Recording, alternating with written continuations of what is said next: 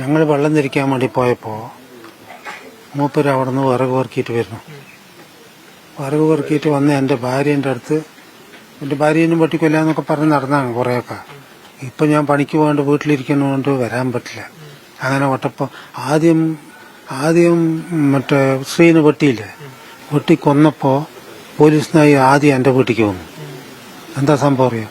എൻ്റെ വീട്ടിലേക്ക് വന്നപ്പോൾ അവള് നന്മാറയ്ക്ക് പോയി. അതുകൊണ്ട് അവളിനെ കിട്ടിയില്ല. പോലീസ് നായി എൻ്റെ വീട്ടിൽ വന്നിട്ട് കയറിയിട്ട് ഇറങ്ങിപ്പോയി. അപ്പോൾ അവളിന് വെട്ടിക്കൊന്നിട്ട് എൻ്റെ വീട്ടിൽ വന്ന് വെട്ടിക്കൊല്ലാൻ വന്നിട്ട് കിട്ടിയില്ല, കിട്ടാണ്ട് പോയി. പോയ ശേഷം പിന്നെ നേരെ അവൻ്റെ വീട്ടിൽ പോയി പോലീസിന്. അങ്ങനെ പെട്ടത്.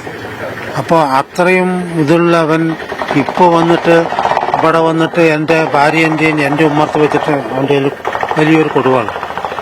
അതിൽ ഇടയിൽ വടിയും തുരുകിയിട്ടുണ്ട്. അത് വെച്ചിട്ട് മൂപ്പര് ശരിയല്ലാണ്ട് വന്ന് ഞാൻ വീശി വെട്ടാനാണ്. എന്റെ ഈ സ്ത്രീകളോട് എന്താണ് ഇത്ര വൈരാഗ്യം? എന്തെങ്കിലും ഒരു അന്ധവിശ്വാസം? അവന് അന്ധവിശ്വാസം ഉണ്ടാകുകയായിരിക്കും. പല പണിക്കന്മാരോട് നോക്കിയിട്ടും അത് ചെയ്തിട്ട് ഇതിട്ട് അന്ധവിശ്വാസം ഉണ്ടാകുകയായിരിക്കും. ആ ഒരു ഇതിന്റെ രീതി മാത്രമേ ഉള്ളൂ. ഇല്ലാണ്ട് തലയ്ക്ക് മെന്റലോ ഇതിൻ്റെല്ലോ ഒന്നുമില്ല. നല്ല ബുദ്ധിയും നല്ല തൻ്റെ അടുത്തോട്ട് ജീവിക്കണമെന്ന് തന്നെ. അവന് ഒരു മെന്റലും ഇല്ല. ഈ ഒരു നീളമുള്ള മുടിയുള്ള സ്ത്രീയാണ് തന്റെ ഭാര്യ തെറ്റിപ്പോവാൻ കാരണം എന്നൊക്കെ വിശ്വസിച്ചിട്ടാണ് ആ സ്ത്രീനെ വെട്ടിയത്. ആ സ്ത്രീക്ക് നല്ല വണ്ണവും നല്ല നീളവുമാണ്. അതിന്റെ ഇപ്പൊ മകൾക്കും ഒടുവിലത്തെ മകൾക്കും അതേ മുടി കിട്ടിയിട്ടുണ്ട്.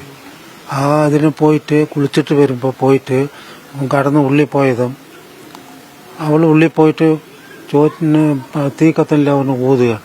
എന്തില് ഓടക്കൂല് കൊണ്ട് ഊതിക്കൊണ്ടിരിക്കുമ്പോഴാണ് ഇവൻ ഉള്ളി കയറി വാലെടുത്തിട്ട് വെട്ടിയത്. ഇവിടെ വേറെ 2 സ്ത്രീകളെ ഇതുപോലെ ഭീഷണിപ്പെടുത്തിയിട്ടുണ്ടല്ലോ. അപ്പൊ അത് അപ്പുറത്തെ നീല വീടില്ല, ആ കൈ മുറിഞ്ഞിട്ടുള്ള സ്ത്രീ, അതിന് ഇന്നലെയുള്ളതാണ്. അതിന് ശരിയാക്കി എന്തോ അത് രക്ഷപ്പെട്ടു. ഇന്നലെ ഇയാള് ഈ ഒരു കൃത്യം നടത്തുന്ന കണ്ടിരുന്നു, അല്ലെങ്കിൽ ഓടിപ്പോകുന്നത് അങ്ങനെ എന്തെങ്കിലും കണ്ടിരുന്നു? കണ്ടില്ല. കണ്ടതാണെങ്കിൽ ഇപ്പൊ എങ്ങനെയെങ്കിലുമൊക്കെ പിടിച്ചിട്ടുണ്ടായില്ല. കണ്ടില്ല. ഇത് സംഭവിച്ചിട്ട് ജീവൻ ഉണ്ടായിരുന്നു.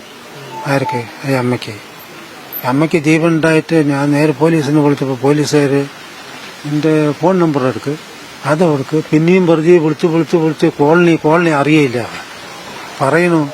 എന്നാൽ ഒരു ആംബുലൻസിന് വിടും, നിങ്ങൾ മെല്ലെ വരും പറഞ്ഞിട്ട്. പിന്നെ എൻ്റെ മകള് അവിടെ നിന്ന് വിളിച്ച് പറഞ്ഞു. മകള് പോയിട്ട് പോലീസ് സ്റ്റേഷനിൽ പോയി പറഞ്ഞിട്ട് പിന്നെയും പോലീസുകാരും മകളിനോട് അത് നിന്റെ ആധാർ കാർഡ് ഇതാ, നിന്റെ അത് ഇതാ പറഞ്ഞിട്ട് പിന്നെ രാത്രി മുഴുവൻ വിളിച്ച് ശല്യം. ഇയാളെ പിടികൂടിയിട്ടില്ലെങ്കിൽ പ്രശ്നം തന്നെയാണല്ലേ? പിടികൂടിയിട്ടില്ലെങ്കിൽ ഇപ്പൊ ഞങ്ങളിപ്പോ എന്റെ വീട്ടിൽ കിടക്കണ്ട, അപ്പുറത്തെ വീട്ടിലോ പോയി കിടന്നു. എന്തിനാണ്? അടച്ചുറപ്പുള്ള വീട്ടില് അത്രയും പ്രശ്നമാണോ ഇയാളെ?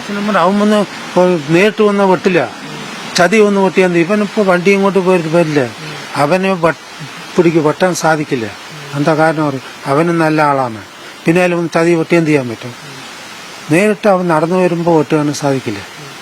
ഇവൻ വണ്ടി ഇങ്ങോട്ട് പോകുമ്പോ ചതിയിൽ പിന്നാലെ വന്ന് വെട്ടി എന്ത് ചെയ്യാൻ പറ്റും? ഈ ഉളവിൽ പോയാലും ഭക്ഷണം കഴിക്കാൻ വരുന്നാണ് പറയുന്നത്. അങ്ങനെ ഒരു സ്വഭാവം ഉണ്ടോ? ഭക്ഷണം അവന് വെളിയിൽ കടന്ന് നിവൃത്തിയില്ലല്ലോ, വരുമല്ലോ, വന്ന് ആഹാരം വന്ന് പെടുമല്ലോ. വെളിയിൽ എവിടെ ആഹാരം കിട്ടും? പിടിക്കും വരും, വരാണ്ടിരിക്കുകയില്ല. അപ്പോൾ അവന്റെ ബന്ധു വഴിക്ക് പോയിട്ടുണ്ടെങ്കിലും പോയിട്ട് പിടിക്കുമല്ലോ, അത്രയേ ഉള്ളൂ. ഏതായാലും ചെന്താമരയ്ക്ക് വേണ്ടിയുള്ള തെരച്ചിൽ നടക്കുകയാണ്. ഇയാളെ എത്രയും പെട്ടെന്ന് പിടികൂടണം എന്നുള്ളതാണ് നാട്ടുകാരൊക്കെ ഒരേപോലെ ആവശ്യപ്പെടുന്നത്. അത്തരത്തിലൊരു പ്രശ്നമുള്ള വ്യക്തിയാണ്. ഇയാളെ പിടികൂടിയിട്ടില്ലെങ്കിൽ തങ്ങൾക്ക് ഭീഷണിയാണ് എന്നുള്ളതാണ് ഇവർ ആവർത്തിച്ച് പറയുന്നത്. ക്യാമറ പേഴ്സൺ ഷിജു ചിറ്റൂറിനൊപ്പം നന്ദഗോപാൽ, മീഡിയ 1, പാലക്കാട്.